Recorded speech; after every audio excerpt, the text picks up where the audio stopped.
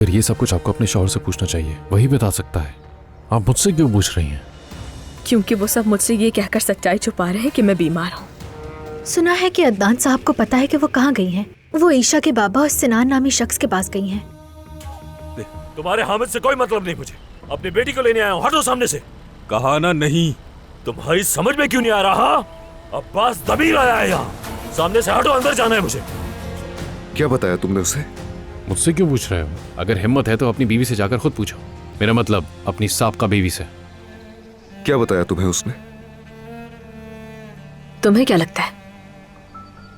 ज़मरुद, देखो उसने जरूर ऐसा कुछ कहा होगा जिसकी वजह से तुम बेहोश हुई। तुम अस्पताल कैसे पहुंच गई? तुम मेरी सेहत को लेकर फिक्रमंद हो या इस बात से परेशान हो कि मैं कुछ ऐसा न जान लूं जो मुझे नहीं जानना चाहिए? ज़मरुद, खुदा के लिए मैं वाकई तुम्हें दुख नहीं देना चाहता, तुम्हें रुलाना नहीं चाहता, मेरा यकीन करो। यकीन किया था मैंने, तुम पे यकीन किया तो था अदनान, मगर तुमने क्या किया?